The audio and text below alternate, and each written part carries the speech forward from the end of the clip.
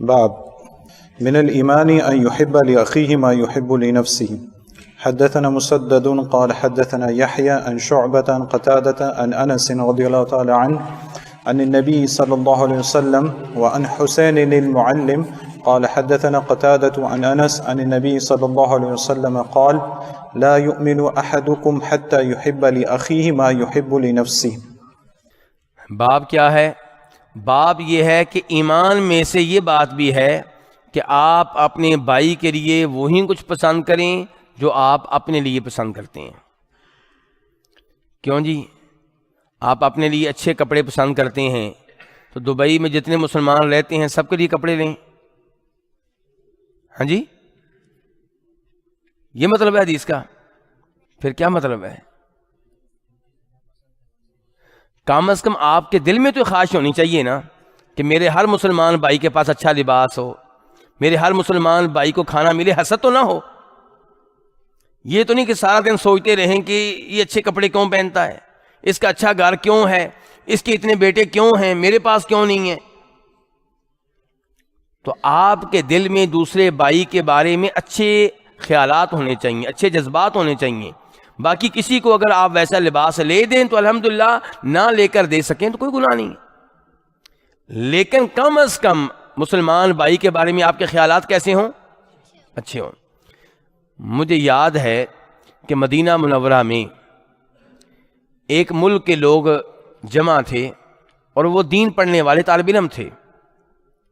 دھیان سے میری بات سنیے گا. ان میں سے ایک طالب علم کہتا ہے کسی مسلمان ملک کے بارے میں کہ اس مسلمان ملک کے بارے میں میرا دل چاہتا ہے کہ فلاں کافر ملک ان کے اوپر حملہ کر دے، کیونکہ انہوں نے ہمارے ساتھ زیادتی کی ہے. ہمارے ساتھ کیا کی ہے؟ تو وہاں دوسرے مسلمان لڑکے نے کہا کہ تم یہ لفظ جو بول رہے ہو یہ کفریہ لفظ ہیں، کفریہ.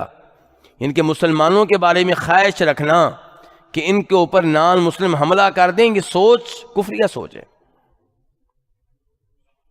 تو میں کہنا یہ چاہتا ہوں کہ کم از کم آپ کے خیالات دوسرے مسلمانوں کے حق میں کیا ہوں؟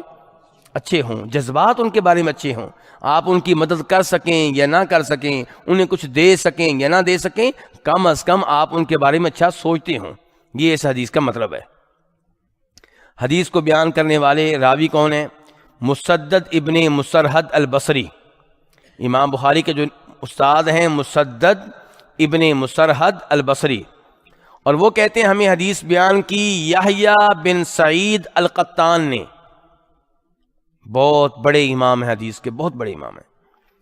اور انہوں نے حدیث لی ہے عن شعبہ بن حجاج الواسطی.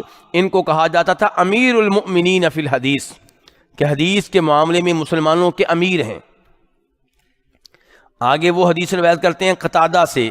قتادہ ابن دعامہ السدوسی تابعی ہیں، بہت بڑے تابعی ہیں، بصرہ کے رہنے والے.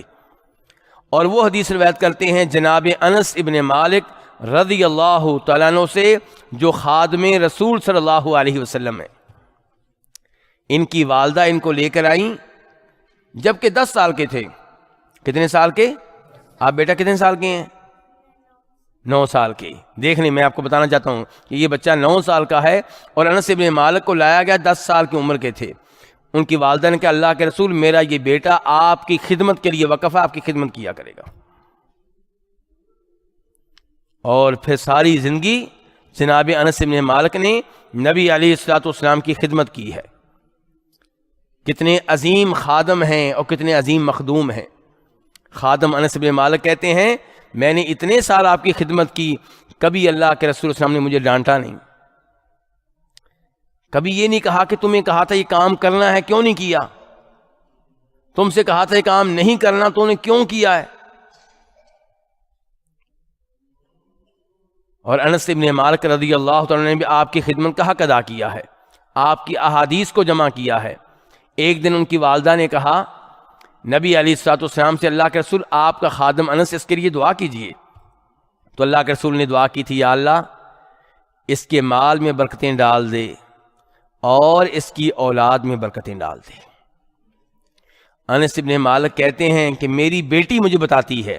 انس ابن مالک کیا کہتے ہیں؟ میری، بولیے ذرا، میری بیٹی مجھے بتاتی ہے کہ میرے 100 سے زیادہ بچے وہ ہیں جو دفن ہو چکے ہیں. کتنے دفن ہو چکے ہیں؟ اور 100 سے زیادہ میری اولاد ہو چکی ہے جو زندہ موجود ہے. دعا دی تھی کس نے؟ نبی علیہ الصلوۃ والسلام نے. اور جو دفن ہوئے ہیں وہ بھی بڑے کام آئیں گے، وہ جنت میں جا کے کام آئیں گے، اور جو زندہ ہیں وہ بھی الحمدللہ نعمت ہیں. تو یہ انس بن مالک ہیں، کہتے ہیں کہ نبی علیہ الصلوۃ والسلام نے فرمایا تم میں سے کوئی مومن نہیں ہو سکتا حتیٰ کہ اپنے بھائی کے لیے وہ پسند کرے جو اپنے لیے پسند کرتا ہے. جب تک آپ اپنے بھائی کے لیے وہ پسند نہیں کرتے جو اپنے لیے پسند کرتے ہیں، آپ مومن نہیں ہو سکتے. کیا مطلب؟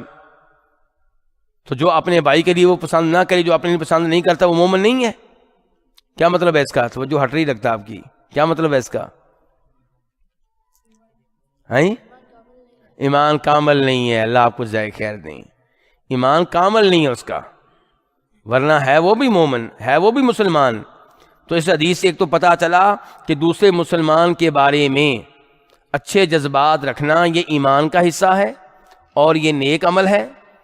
اور جب آپ دوسرے مسلمان کے بارے میں جذبات رکھیں گے، جس قدر رکھیں گے اسی حساب سے آپ کا ایمان کا لیول بڑھے گا، اور جس قدر یہ جذبات آپ میں کم ہوں گے اسی لحاظ سے ایمانی لیول آپ کا کم ہوگا. آپ میں سے کئی ایسے ہوں گے، میں بھی اس میں شامل ہوں، جو اپنے ساتھی، جو ساتھ میں کام کرنے والے، اپنے رشتہ دار، ان میں سے کئی لوگوں کے بارے میں خواہش رکھتے ہوں گے کہ یہ نا اس کا بیڑا غرق ہو جائے. رکھتے ہیں نا یہ؟ تو اس سے کیا ہوگا؟ ایمان کم ہوگا. اس کا نقصان کوئی نہیں ہونا، آپ کا نقصان ہو رہا ہے. تو ہر مسلمان کے بارے میں اچھے جذبات رکھیں، چاہے اس نے آپ کو نقصان پہنچایا ہے، چاہے اس نے آپ کے اوپر ظلم کیا ہے. اس ظلم کا بدلہ آپ روزے قیامت لے سکتے ہیں. اللہ آپ کو نیکیاں دے گا، لیکن اس کے بارے میں یہ اچھا اس نے تو آپ کو ایک تھپڑ مارا، اور آپ کے جذبات کیا ہیں؟ تھپڑ کے تو نہیں، آپ کے تو یہ ہیں کہ اس کے بیٹے بھی مر جائیں، اس کا کاروبار بھی ختم ہو جائے، اور اس کو کینسر کی بیماری لگ جائے. یہ تو بہت خطرناک سوچ ہے. تو یہ اگر اس حدیث کا حصہ بننا چاہتے ہیں، کامل مومن بننا چاہتے ہیں، تو مسلمان بھائیوں کے بارے میں یہ غلط جذبات جو ہیں یہ ختم کرنا ہوں گے.